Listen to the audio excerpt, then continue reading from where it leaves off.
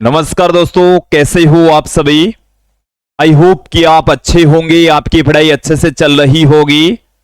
आज हम 12th के स्टूडेंट्स के लिए फिजिक्स से रिलेटेड वीडियो लेकर आए हैं। इस वीडियो में हम 9th चैप्टर किरण प्रकाश एवं प्रकाशिकी यंत्र से संबंधित एक और महत्वपूर्ण टॉपिक लेकर आए हैं। आज का हमारा टॉपिक रहेगा प्रकाश का अपवर्तन, रिफ्लेक्शन ऑफ लाइट। इस वीडियो में प्रकाश के अपवर्तन के बारे में संपूर्ण जानकारी प्राप्त करेंगे। सबसे पहले हम बात करेंगे कि प्रकाश का अपवर्तन होता क्या है, अपवर्तन से संबंधित नियम देखेंगे। उसके पश्चात अपवर्तनांक को परिभाषित करेंगे। विभिन्न माध्यमों के लिए अपवर्तनांक आपको बताने वाले हैं। उसके बाद प्रकाश के अपवर्तन पर आधारित कुछ एग्जाम्पल समझेंगे और वीडियो के अंत में आयताकार कांच की स्लेब द्वारा प्रकाश का अपवर्तन यहां पर समझने वाले हैं, देखने वाले हैं। विद्यार्थियों, ये जो आज का हमारा वीडियो है वो पूरी तरह से प्रकाश के अपवर्तन पर आधारित है। ये प्रकाश के द्वारा प्रदर्शित की जाने वाली एक महत्वपूर्ण घटना है।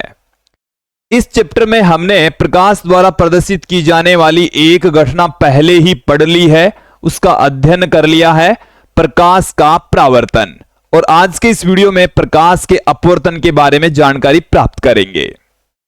विद्यार्थियों, यदि आप हमारे YouTube चैनल पर नए हैं तो चैनल को सब्सक्राइब कर लीजिए, साथ में बेल आइकन भी दबा दीजिए ताकि आपको आगे की वीडियोस की नोटिफिकेशन मिलते रहे। बिना किसी देरी के आज के इस वीडियो को स्टार्ट करते हैं।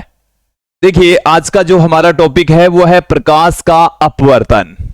तो जब कोई प्रकाश किरण या प्रकाश एक माध्यम से दूसरे माध्यम में प्रवेश करता है तो उसके अपने पथ से विचलित हो जाने की घटना को हम प्रकाश का अपवर्तन कहते हैं, रिफ्लेक्शन ऑफ लाइट कहा जाता है। विद्यार्थियों, मैं यहां पर कुछ एग्जाम्पल्स के जरिए आपको समझा देता हूं कि ये हमारे पास में दो माध्यम है। यहां कोई माध्यम एक है, ये हो सकता है कि वायु हो। ये क्या हो सकता है? वायु हो सकता है। ये माध्यम दो है। ये क्या है? माध्यम दो है। और जब कोई प्रकाश की किरण पहले माध्यम से दूसरे माध्यम में प्रवेश करती है तो वो अपने पथ से विचलित हो जाती। जानी तो यहां से चाहिए थी, बट ये अपने पथ से क्या हो जाती है?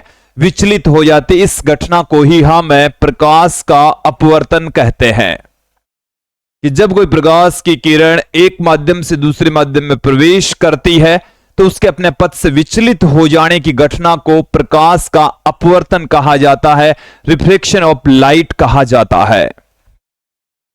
देखिए, डेफिनेशन में आपके सामने रख देता हूं।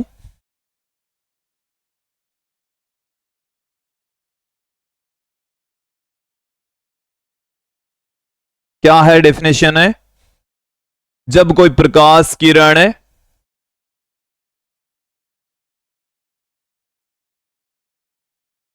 जब कोई प्रकाश किरण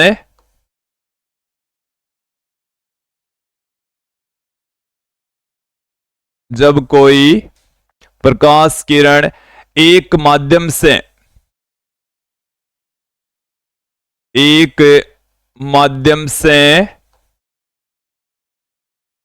दूसरे माध्यम में एक माध्यम से दूसरे माध्यम में प्रवेश करती है, एक माध्यम से दूसरे माध्यम में प्रवेश करती है तो उसके अपने पथ से विचलित हो जाने की घटना को तो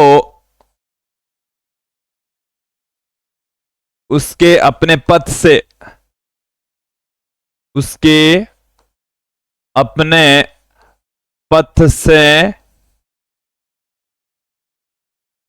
विचलित हो जाने की घटना को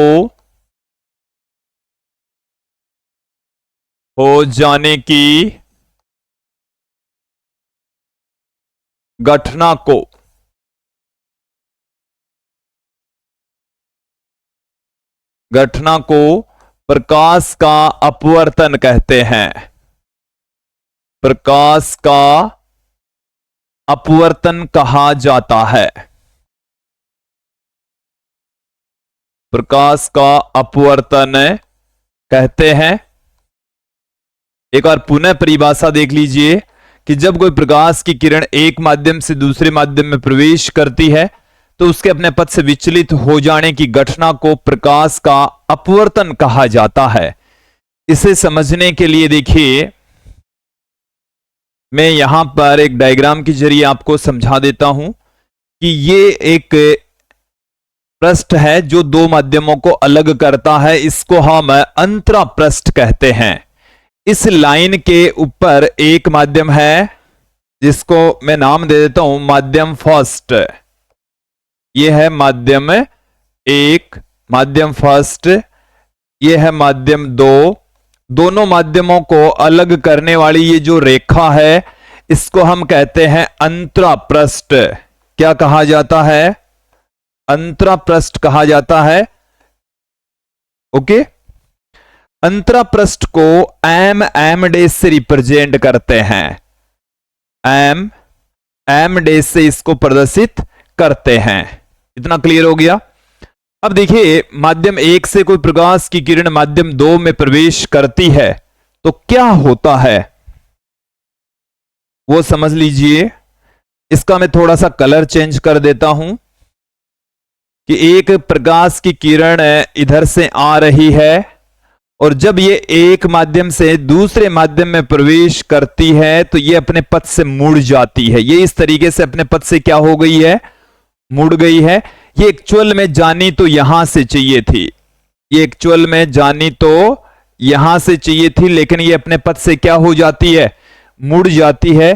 तो इस घटना को ही हम प्रकाश का अपवर्तन कहते हैं। प्रकाश का क्या कहा जाता है? अपवर्तन कहा जाता है। यहां से ये प्रकाश की किरण पहले माध्यम से दूसरे माध्यम में जैसे ही प्रवेश करती तो यहां से जानी चाहिए थी, लेकिन ये मुड़कर इधर से जा रही है। तो इस घटना को हम प्रकाश का अपवर्तन कहते हैं। अब देखिए इसका किरण आरेख किस तरीके से निर्मित कर सकते हैं। तो ये अंतरा पृष्ठ हो गया। जिस बिंदु पर ये आकर टकराती है उस बिंदु से होकर गुजरने वाली जो रेखा है उसको हम अभिलंब कहते हैं। उसे क्या कहा जाता है? अभिलंब कहा जाता है। ये जैसे हमारे पास में एक रेखा है जो कि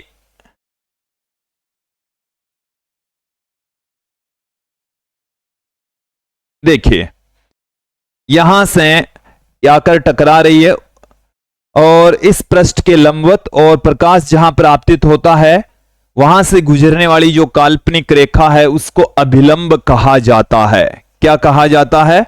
अभिलंब। इसको अंग्रेजी में नॉर्मल कहते हैं और इसे एन डैश से प्रदर्शित करते हैं। इसको किससे प्रदर्शित करते हैं? एन डैश से प्रदर्शित किया जाता है। इतना क्लियर हो गया? जो प्रकाश की किरण इस अंतरा पृष्ठ पर आकर टकराती है इस प्रकाश किरण को आपतित किरण कहते हैं। इस प्रकाश किरण को क्या कहा जाता है? आपतित किरण कहा जाता है। और दूसरे माध्यम में जब प्रवेश करती है तो ये अपने पथ से विचलित हो जाती है। इस किरण को हम कहते हैं अपवर्तित किरण। इस किरण को क्या कहते हैं? अपवर्तित किरण कहा जाता है। ये वाली है अपवर्तित किरण। ओके, और देखें आपतित किरण तथा अभिलंब के बीच का जो कोण है इसको हम आपतन कोण कहते हैं। आई से लिखा जाता है। इसको हम क्या कहते हैं? आपतन कोण। और आपतन कोण को हम आई से लिखते हैं। और अपवर्तित किरण तथा अभिलंब के बीच के कोण को हम अपवर्तन कोण कहते हैं। आर से लिखा जाता है, रिफ्लेक्टेड एंगल। और ये जो एंगल है इसको हम क्या कहते हैं? अपवर्तन कोण। अपवर्तन कोण इसको हम कहते हैं, कहा जाता है। ये एक बार देख लीजिए कि आपतित किरण अंतरापृष्ठ से टकराती है, अपने पथ से विचलित हो जाती है, उस किरण को हम अपवर्तित किरण कहते हैं। आपतित किरण अभिलंब के बीच का कोण आई और अपवर्तित किरण और अभिलंब के बीच का कोण अपवर्तन कोण R से लिखा जाता है। यह प्रकाश के अपवर्तन को प्रदर्शित करने वाला किरण आरेख है। यह आपको समझ आ जाना चाहिए। अब मैं यहां पर बात करता हूं प्रकाश के अपवर्तन के नियम। तो देखिए विद्यार्थियों, पहला नियम क्या है कि ये जो आपतित किरण है, अपवर्तित किरण है और अभिलंब है, तीनों एक ही तल में है। कि जैसे ये बोर्ड के तल में ही आपतित किरण आ रही है तो बोर्ड के तल में ही अपवर्तित होकर जाएगी और बोर्ड के तल में ही रहेगा ये अभिलंब। तो तीनों एक ही तल में मौजूद होते हैं। प्रकाश के परावर्तन में भी हमने ऐसा ही नियम पढ़ा था कि आपतित किरण, परावर्तित किरण और अभिलंब तीनों एक ही तल में मौजूद होते हैं। यहां पर क्या है, आपतित किरण, अपवर्तित किरण और अभिलंब तीनों एक ही तल के अंदर उपस्थित होते हैं। चलिए देख लेते हैं प्रकाश के अपवर्तन से संबंधित नियम। जो पहला नियम है क्या है, समझ लीजिए। एक बार पुनः मैं बता देता हूं कि अपवर्तन की घटना में आपतित किरण, अपवर्तित किरण और अभिलंब तीनों एक ही तल में रहेंगे। जिस तल के अंदर प्रकाश की किरण आपतित हो रही है उसी तल के अंदर अपवर्तित होकर जाएगी, उसी तल के अंदर ही अभिलंब मौजूद रहेगा। पहला नियम क्या है, आपतित किरण, आपतित किरण कोमा अपवर्तित किरण, अपवर्तित किरण व अभिलंब,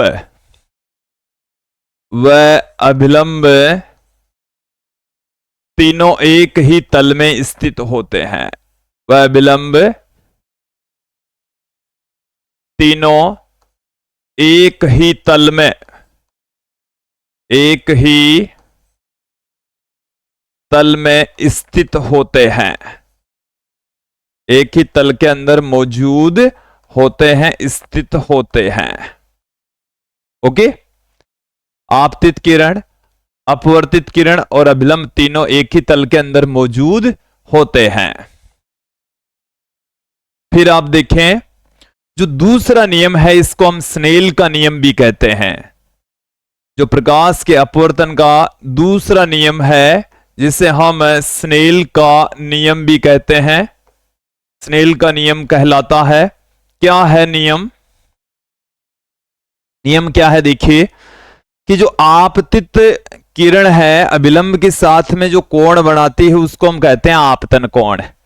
आपतन कोण की ज्या को हम लिखेंगे साइन आई और अपवर्तन कोण की ज्या को हम लिखेंगे साइन आर।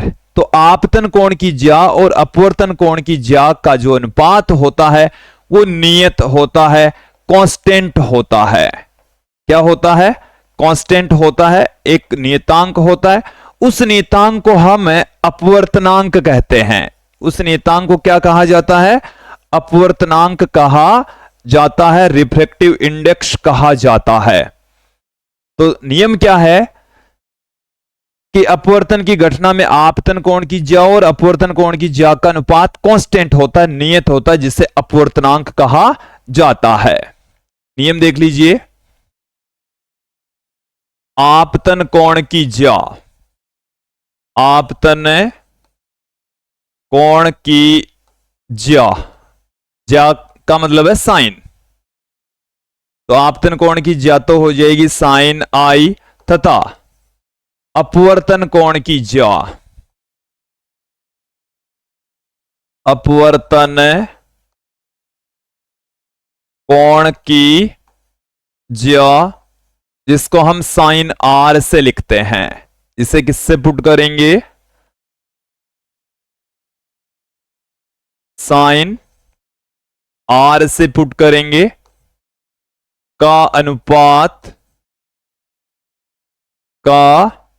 अनुपात नियत रहता है, का अनुपात नियत रहता है। और इस नियत मान को कांस्टेंट रहता है, इस नियतांक को हम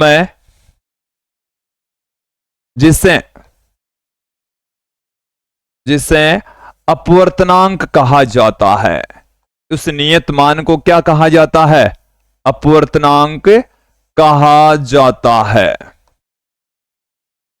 अपवर्तनांक कहा जाता है। ओके, तो ये हमारे पास में है दूसरा नियम, जिसको हम स्नेल का नियम भी कहते हैं, स्नेल का नियम भी कहलाता है।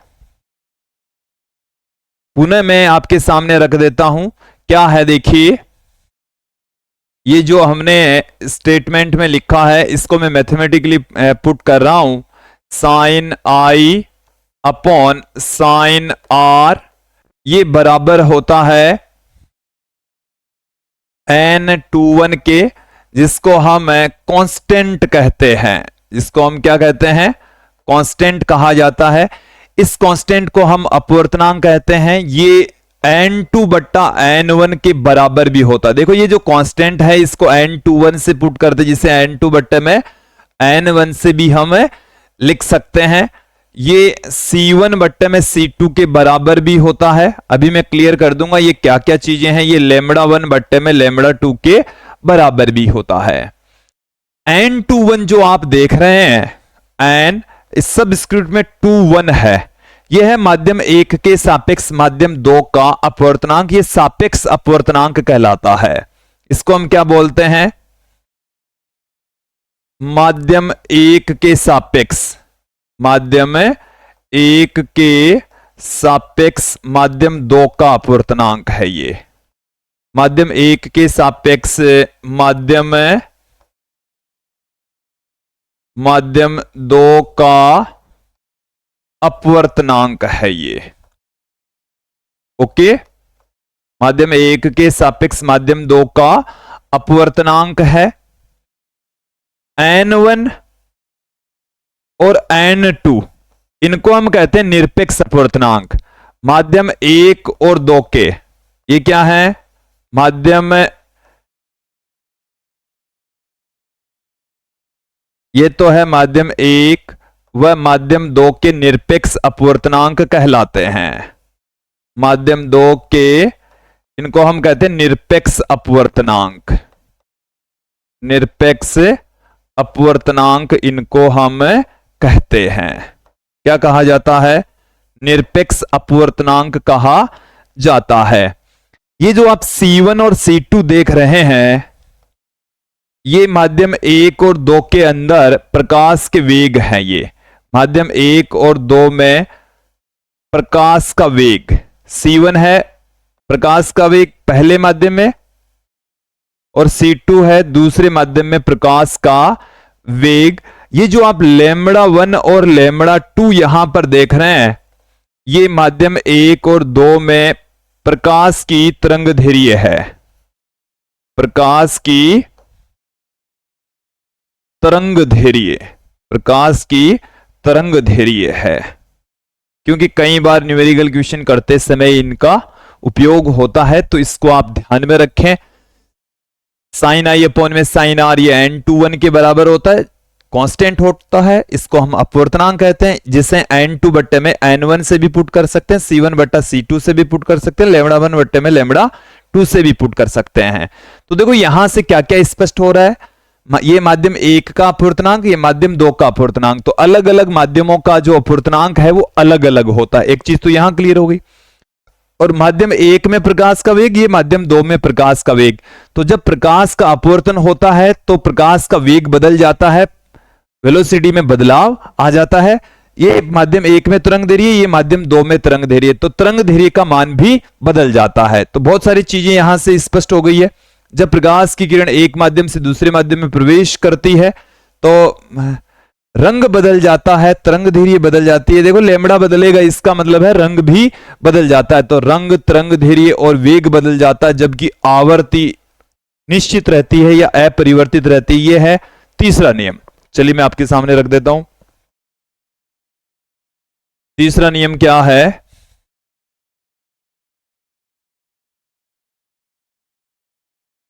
अपवर्तित, अपवर्तित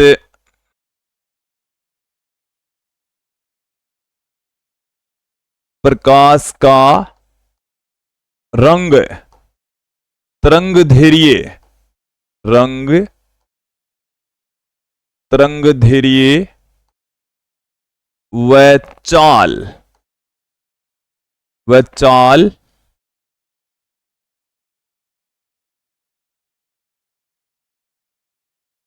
बदल जाती है, चाल बदल जाती है, जबकि देखिए रंग तरंग धीरी व चाल बदल जाती है, जबकि आवर्ती, जबकि आवर्ती अपरिवर्तित रहती है, अपरिवर्तित रहती है, आवर्ती अपरिवर्तित रहती है। ओके, तो यहां पर प्रकाश का अपवर्तन हो रहा है, तो अपवर्तित किरण है उसकी चाल आपतित किरण से भिन्न होगी, रंग भिन्न होगा, तरंग धीरे भिन्न होगी, जबकि आवर्ती सेम होगी। ये तीसरा नियम है, ये आपको समझ में भी आ जाना चाहिए। अब मैं यहां पर बात करता हूं अपवर्तनांक की। अपवर्तनांक क्या है, अपवर्तनांक किस पर डिपेंड करेगा? देखिए अपवर्तनांक है जब कोई प्रकाश एक माध्यम से दूसरे माध्यम में प्रवेश करता है तो उसके अपने पथ से मुड़ जाने की जो घटना है, अपवर्तन के दौरान प्रकाश है वो एक माध्यम से दूसरे माध्यम में जाने पर मुड़ जाता है, इस गुण को हम अपवर्तनांक कहते हैं। और अपवर्तनांक का मान माध्यम की प्रकृति पर निर्भर करता है, अलग अलग माध्यम के लिए अपवर्तनांक का मान अलग अलग होता है। चलिए देखते हैं अपवर्तनांक कि प्रकाश के अपवर्तन में डेफिनेशन देखिए,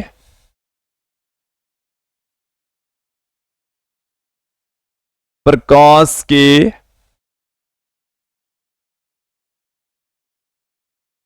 अपवर्तन में, प्रकाश के अपवर्तन में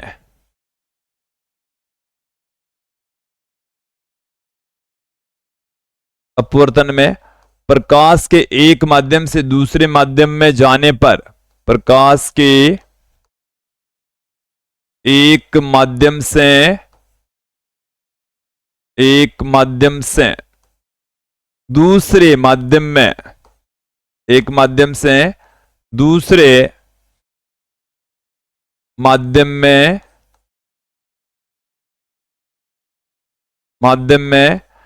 जाने पर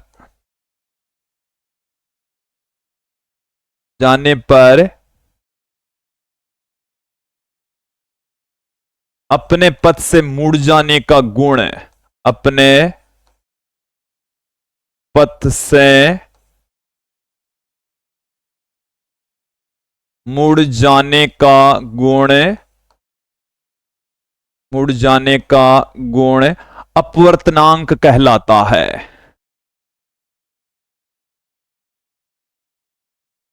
अपवर्तनांक कहलाता है। जब प्रकाश की किरण एक माध्यम से दूसरे माध्यम में प्रवेश करती है तो वो अपने पथ से मुड़ जाती है, और मुड़ जाने का जो गुण है इसी को हम अपवर्तनांक कह देते हैं। अपवर्तनांक का मान पदार्थ की प्रकृति पर निर्भर करता है। अपवर्तनांक का मान पदार्थ की प्रकृति पर निर्भर करता है। पदार्थ की प्रकृति, अलग अलग माध्यमों के लिए अपवर्तनांक अलग अलग होता है, पदार्थ की प्रकृति पर निर्भर करता है। ओके, अब देखिए कौन से माध्यम का अपवर्तनांक अधिक होगा, कौन से का कम होगा, ये एक वर्ड से हम डिसाइड करेंगे। यहां पर प्रकाशिक घनत्व, प्रकाशिक घनत्व। देखो एक होता है द्रव्यमान घनत्व, द्रव्यमान बट्टे में आयतन। घनत्व क्या होता है? द्रव्यमान बट्टे में आयतन। तो द्रव्यमान बट्टे में आयतन का मतलब है प्रति एकांक आयतन में उपस्थित द्रव्यमान। तो जितना ज्यादा द्रव्यमान होगा उसका घनत्व उतना ही ज्यादा होगा। यहां पर प्रकाशिक घनत्व का मतलब है कि ऐसा माध्यम कि प्रति एकांक आयतन में प्रकाश का मुड़ना एक तरीके से कितना मुड़ रहा है, जितना ज्यादा मुड़ रहा है उसका घनत्व उतना ही ज्यादा होगा। तो प्रकाशिक घनत्व जिसका ज्यादा होगा उसका अपवर्तनांक भी ज्यादा होगा। तो प्रकाशिक घनत्व पर ही आधारित है कि अपवर्तनांक कितना होगा या नहीं होगा। तो प्रकाशिक रूप से यदि कोई माध्यम सघन है तो प्रकाश की किरण है वो ज्यादा मुड़ेगी, प्रकाश का वहां पर अपवर्तन ज्यादा होगा। क्लियर? अब मैं यहां पर आपके सामने कुछ माध्यमों के अपवर्तनांक के मान है आपके सामने रख देता हूं। हम एक टेबल का निर्माण यहां पर कर लेते हैं।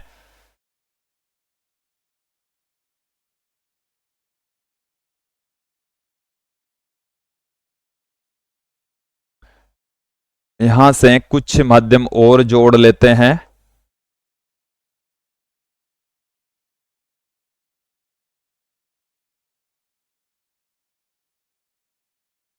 और ले लिया मैंने, और इस टेबल को मैं इस तरीके से आपके सामने रख रहा हूं।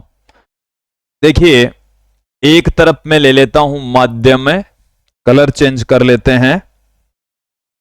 ये मैंने ले लिया है एक तरफ माध्यम में, माध्यम, और दूसरी तरफ मैं ले लेता हूं अपवर्तनांक, उस माध्यम का अपवर्तनांक ले लेंगे। सबसे पहले मैं बात करता हूं, वैसे माध्यम तो उसको नहीं कह सकते, निर्वात की बात चल रही है। निर्वात का मतलब होता है जहां वात भी नहीं हो, वायु भी नहीं हो, तो इसको हम माध्यम तो नहीं कह सकते, बट माध्यम लेकर चल रहे हैं। इसका जो अपवर्तनांक होता है वो होता है 1। अपवर्तनांक कितना होता है? 1 के तुल्य होता है। फिर बात करते हैं वायु। वायु, तो देखिए वायु का जो अपवर्तनांक होता है वो लगभग 1 के नजदीक होता है, 1.0003, जो कि क्या होता है? लगभग 1 के बराबर होता है। लगभग किसके तुल्य होता है? 1 के इक्वल होता है। अब मैं यहां पर बात करता हूं जल। जल का जो अपवर्तनांक है वो 4/3 होता है। कितना होता है? 4/3, और 4/3 है, इसको आप ध्यानपूर्वक देखेंगे तो 1.33 होता है। कैलकुलेशन में हम 4/3 यूज में लेंगे कई बार, ताकि कैलकुलेशन आसान हो सके, कोई दिक्कत ना आए। उसके बाद मैं आपको बताता हूं कांच। तो कांच का जो अपवर्तनांक है वो 3/2 होता है, जो कि 1.5 के बराबर होगा। किसके इक्वल होगा? 1.5 के इक्वल होगा। फिर मैं यहां पर बात कर लेता हूं हीरा। हीरे का जो अपवर्तनांक है वो इनसे और ज्यादा होगा, 12/5 होगा, जो कि 2.4 के इक्वल होगा। जो कि किसके इक्वल होगा? 2.4। आप यहां पर फ्लिंट कांच ले सकते हो, 1.59 हो जाएगा। गिल्सरीन 1.4 से भी ले सकते हैं। तो मैं यहां पर कांच का एक प्रकार ले लेता हूं, फ्लिंट कांच। और जो फ्लिंट कांच होता है उसका अपवर्तनांक 1.59, तो ये 1.5 से थोड़ा सा अधिक होता है। तो ये कुछ विभिन्न माध्यम हैं जिनके अपवर्तनांक मैंने आपके सामने रख दिए हैं। इसका मतलब हो गया कि ये आप ऊपर से जब नीचे की ओर चलेंगे, इधर से इधर आप जाएंगे, तो अपवर्तनांक यहां पर बढ़ रहा है। अपवर्तनांक क्या हो रहा है? बढ़ रहा है। अपवर्तनांक ऊपर से नीचे जाने पर अपवर्तनांक क्या होता जाएगा? इंक्रीज होता है, अपवर्तनांक बढ़ता है। तो इसका मतलब है कि नीचे, ऊपर से नीचे जाएंगे तो प्रकाशिक घनत्व बढ़ेगा, प्रकाशिक सघनता बढ़ेगी। हम इनको सघन, नीचे वाला माध्यम सघन होगा, ऊपर वाला माध्यम विरल होगा।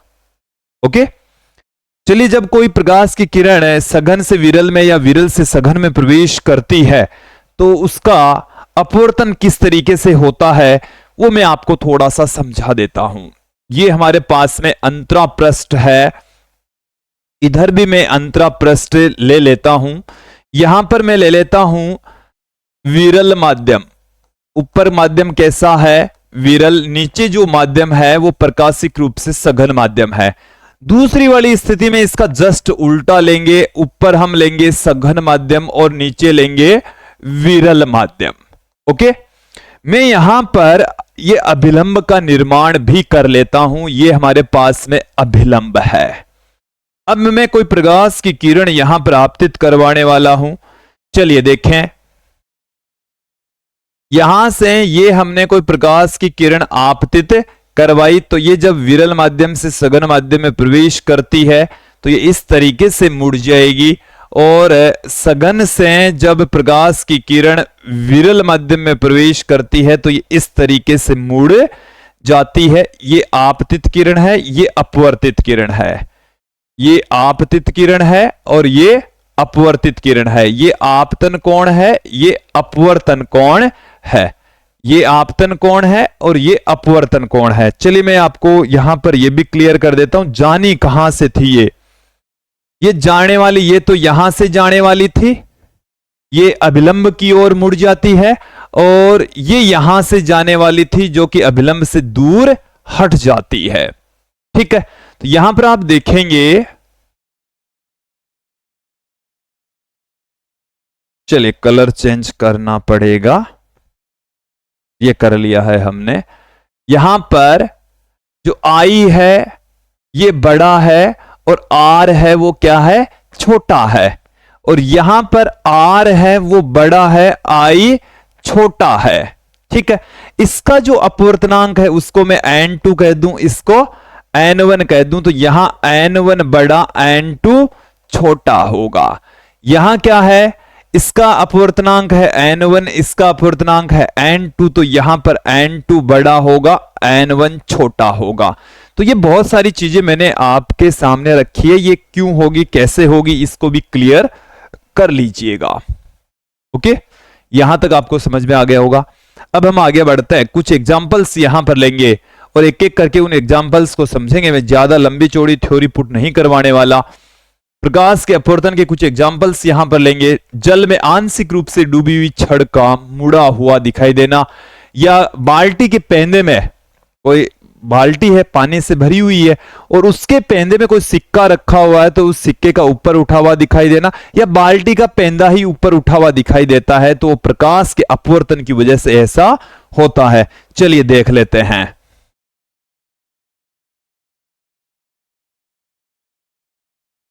हमें बाल्टी के लिए ये एक पात्र में बना लेता हूं, नहीं बना, ये हमने पात्र बना लिया है। मैं यहां पर थोड़ी सी मोटी कर लेते हैं छड़ को,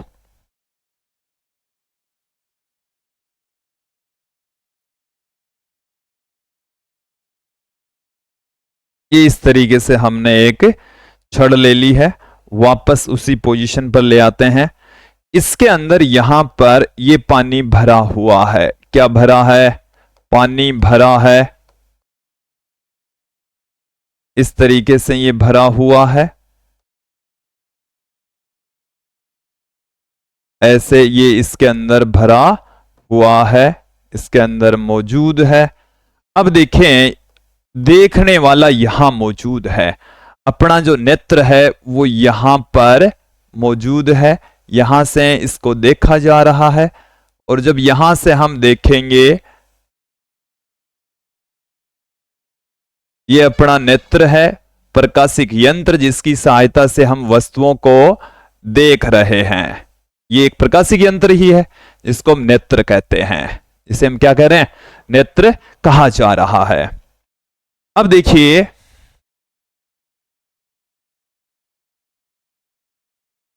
कि यहां से कोई प्रकाश की किरण चलेगी, यहां से कोई प्रकाश की किरण चलेगी, ये अपने पथ से मुड़कर यहां जाएगी, और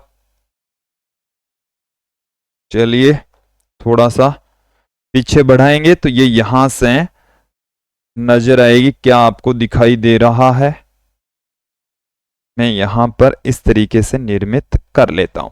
देखो एक बार ध्यान देंगे,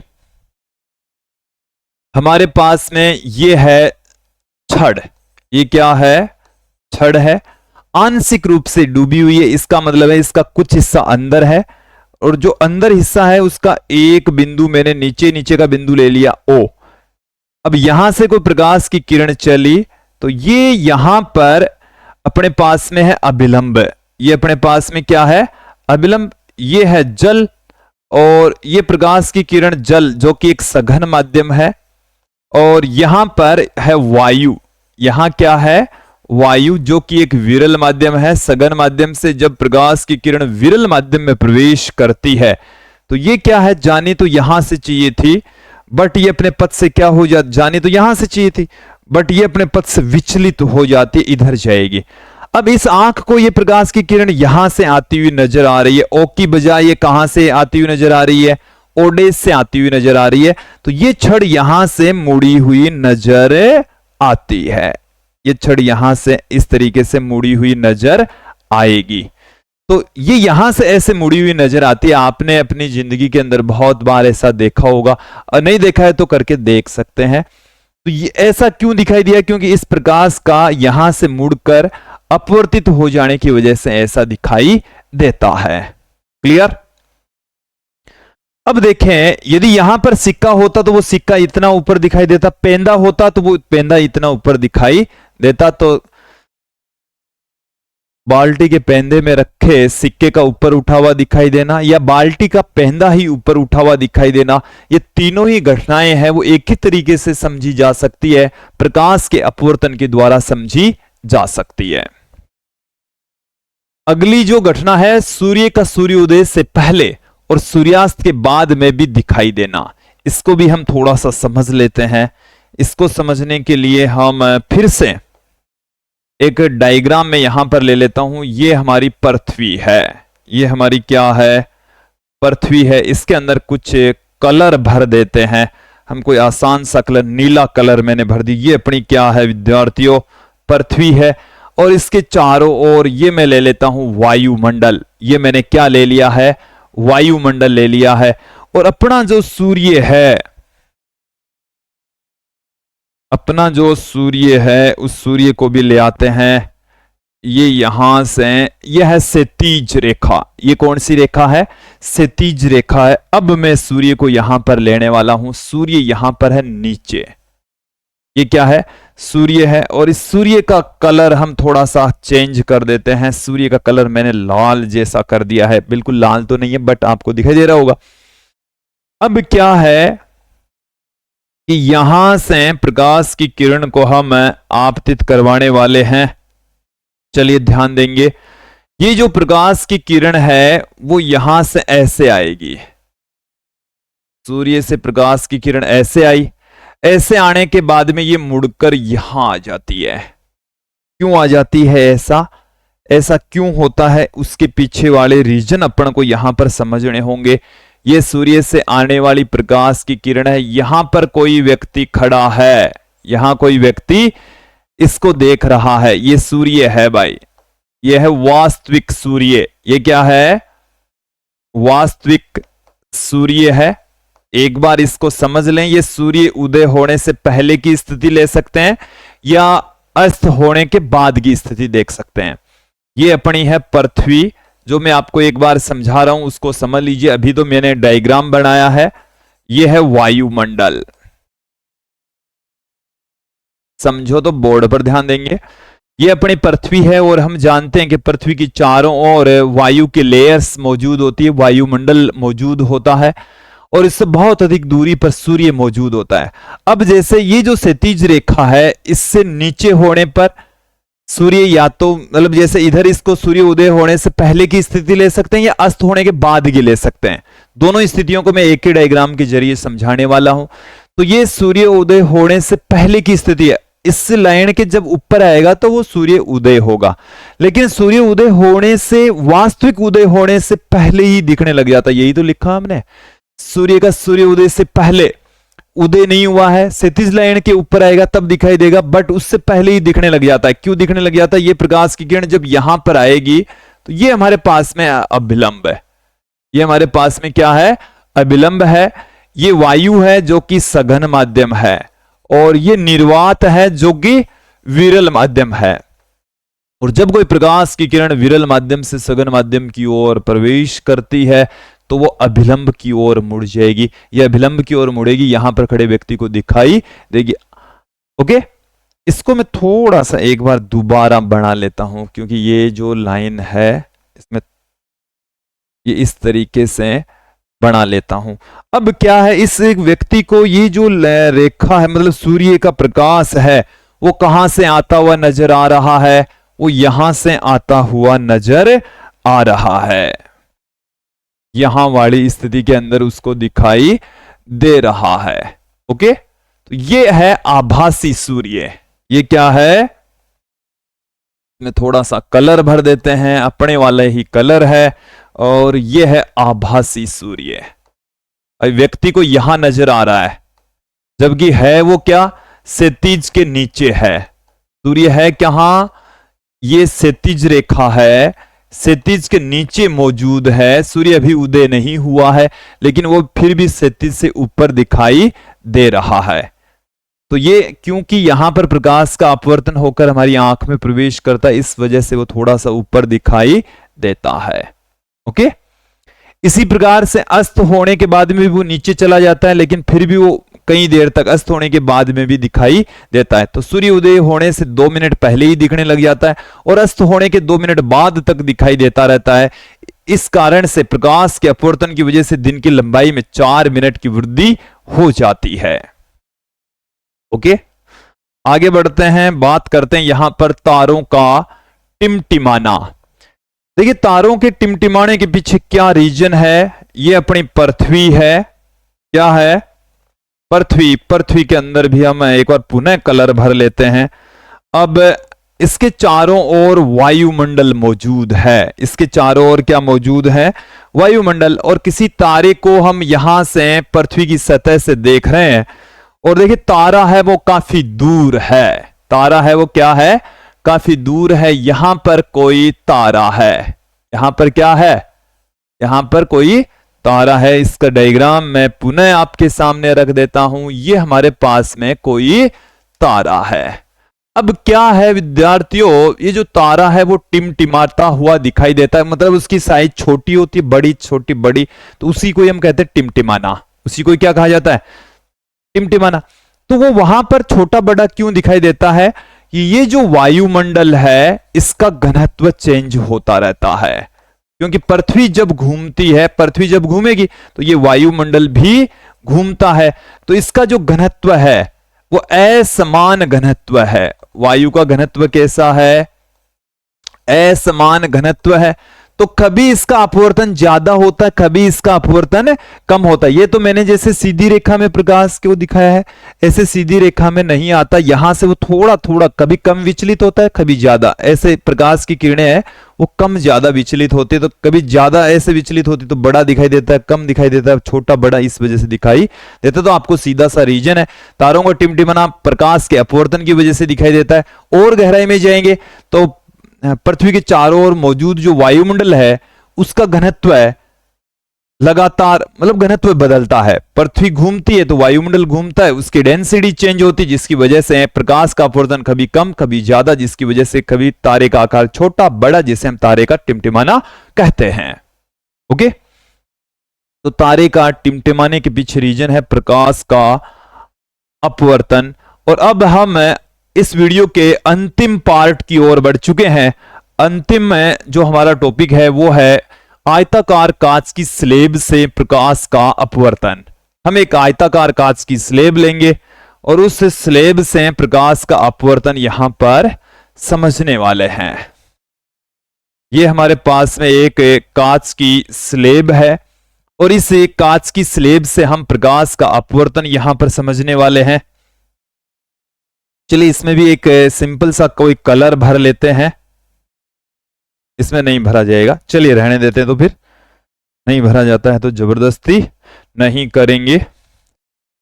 एक प्रकाश की किरण इस तरीके से आपतित होती है, ऐसे आपतित होती है, और ये यहां से जानी चाहिए थी, यहां से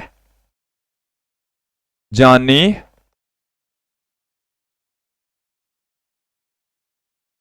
चाहिए थी, लेकिन ये यहां से अपने पथ से क्या हो जाती है? विचलित हो जाती है। ये अपने पथ से क्या हो जाती है? विचलित हो जाती है, फिर ऐसे जाएगी। ये आप यहां पर ध्यान दें, ये हमारे पास में एक प्रकाश की किरण है। जैसे इस आयताकार कांच की स्लेब को मैं नाम दे देता हूं P Q R S। ये क्या है? आयताकार कांच की स्लेब, आयताकार कांच की स्लेब है ये, ठीक है। आयताकार कांच की स्लेब है जिसको हमने PQRS नाम दे रखा है। ये यहां पर है आपतित किरण, ये वाली किरण यहां आपतित किरण है जो कि पृष्ठ PQ पर जाकर टकराती है। इस कोण को हम कहते हैं आपतन कोण I। इसे मैं नाम दे देता हूं अभिलंब को N एंड S। यहां अपवर्तन कोण में ले लेता हूं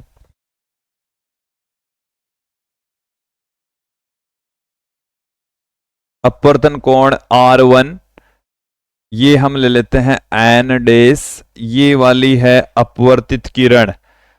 अब ये एक दूसरा अभिलंब है जो कि पृष्ठ RS पर है। ये कहां पर है? अभिलंब RS पर है। यहां पर आपतन कोण को R2 से और अपवर्तन कोण को मैं E से लिख रहा हूं, ठीक है। एक बार इसको देख ले मैं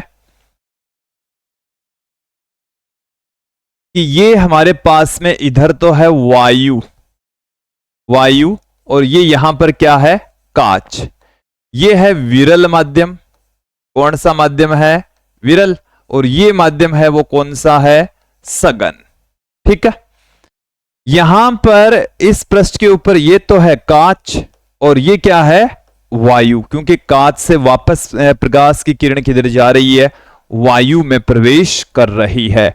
इसे आप समझ ले कि ये हमारे पास में एक कांच की पट्टी का है, आयताकार कांच की पट्टी का है। इसको हमने PQRS नाम दिया है। PQ के ऊपर कोई प्रकाश की किरण आपतित होती है और ये I कोण पर आपतित होती है, तो ये अभिलंब की ओर थोड़ी सी मुड़ जाएगी, क्योंकि ये वायु से कांच में विरल माध्यम से सघन माध्यम में प्रवेश करती है। कौन से माध्यम से कौन से माध्यम में जा रही है? विरल से सघन माध्यम में प्रवेश कर रही है। अब ये वापस पृष्ठ RS पर कांच से वायु में जा रही है, सघन से विरल माध्यम में प्रवेश कर रही है, तो ये अभिलंब से अब की वापस ये जानी तो यहां से चाहिए थी, लेकिन अभिलंब से वापस दूर हट जाती है, इधर जाती है। इस वाली किरण को हम कहते हैं निर्गत किरण। क्या कहा जाता है? निर्गत किरण। आप यहां पर ध्यान देंगे कि ये जो निर्गत किरण है, शुरू में जो हमने आपतित किरण ली थी उसके समांतर होती है और इन दोनों के बीच में जो डिस्टेंस होती है उसको हम पार्श्विक विस्थापन कहते हैं। क्या कहा जाता है? पार्श्विक विस्थापन कहा जाता है। तो देखो यहां पर कुछ चीजें आपको यहां समझनी होगी कि इस पृष्ठ PQ पर आपतित किरण को हमने यहां पर दिखाया है, ये अपवर्तित किरण है और इस किरण को निर्गत किरण कहते हैं। और ये प्रयोगों से ये देखा गया है, कैलकुलेशन से भी आप निकाल सकते हैं कि I और E है वो दोनों बराबर होते हैं। I और E दोनों क्या होते हैं? ये I है और ये E है, इन दोनों की वैल्यू बराबर होती है, सेम होते हैं, ठीक है। अब पृष्ठ PQ के ऊपर कुछ मैथमेटिकल पोर्शन भी इस टॉपिक का हम देख लेते हैं। पृष्ठ PQ पर जो प्रकाश की किरण है, इस पर जो अपवर्तनांक है उसको मैं लिख रहा हूं, दूसरा वाला माध्यम है ग्लास, NGA से लिख रहा हूं, जो कि NG बट्टे में NA के बराबर होगा। देखो इसको समझें आप, इस माध्यम का जो अपवर्तनांक है वो तो है NG, ग्लास का अपवर्तनांक। वायु का जो अपवर्तनांक है वो है NA। वायु का अपवर्तनांक कितना है? NA। तो पृष्ठ PQ के ऊपर NGA है, तो दूसरा वाला माध्यम है NG और पहले वाला माध्यम है वायु जिसका अपवर्तनांक है NA। देखो हमने आपको क्या फॉर्मूला बताया? N21 बराबर होता है N2 बट्टे में N1। ये फॉर्मूला हमने आपको बताया है। तो यहां पर N21 इसका मतलब प्रकाश की किरण है वो 1 से 2 में जा रही है, तो 1 से 2 में जा रही है, इस वाले माध्यम से इसमें जा रही है, तो एयर से ग्लास में जा रही है, NGA से लिखेंगे। अब इसी प्रकार से पृष्ठ RS पर भी देख लेते हैं। पृष्ठ RS पर, पृष्ठ RS पर आप देखें NaG, तो Na अपॉन में Ng से इसको लिखेंगे। अब की बार प्रकाश है वो ग्लास से एयर में जाएगी, तो Na अपॉन में Ng, और दोनों को यदि हम मल्टीप्लाई कर दें तो NGA इंटू NaG बराबर Ng अपॉन में Na इंटू Na अपॉन में Ng। Na से Na कैंसिल, Ng से Ng कैंसिल, तो देखो NGA इंटू NaG बराबर 1 हो जाएगा। बराबर क्या हो जाएगा? 1 हो जाएगा। NGA इंटू NaG बराबर 1 होगा। ओके, तो ये आप 2 से अधिक माध्यमों के लिए भी यूज में ले सकते। तो यहां पर देखो कुछ चीजें वैसे लंबे चौड़े डेरिवेशन तो यहां पर अपने है नहीं, बट एक यहां पर डेफिनेशन आपको समझनी है पार्श्विक विस्थापन कि जो निर्गत किरण और आपतित किरण के बीच की जो सीधी दूरी है इसको हम कहते हैं पार्श्विक विस्थापन। इसको क्या कहा जाता है? डी को हम कहते हैं पार्श्विक विस्थापन, लेटरल डिस्प्लेसमेंट बोलते हैं इसको। क्या बोला जाता है? पार्श्विक विस्थापन, लेटरल डिस्प्लेसमेंट इसको कहते हैं। आपतन कोण और निर्गत कोण दोनों बराबर होते हैं। आपतन कोण और निर्गत कोण दोनों क्या होंगे? बराबर होंगे। तो विद्यार्थियों ये था आज का हमारा वीडियो जिसमें हमने प्रकाश के अपवर्तन से संबंधित कुछ महत्वपूर्ण एग्जाम्पल्स देखें, अपवर्तन को अच्छे से समझा। आज के इस वीडियो में इतना ही। नेक्स्ट वीडियो में प्रकाश का पूर्ण आंतरिक परावर्तन का टॉपिक लेकर आएंगे। आज के लिए इतना ही। धन्यवाद दोस्तों।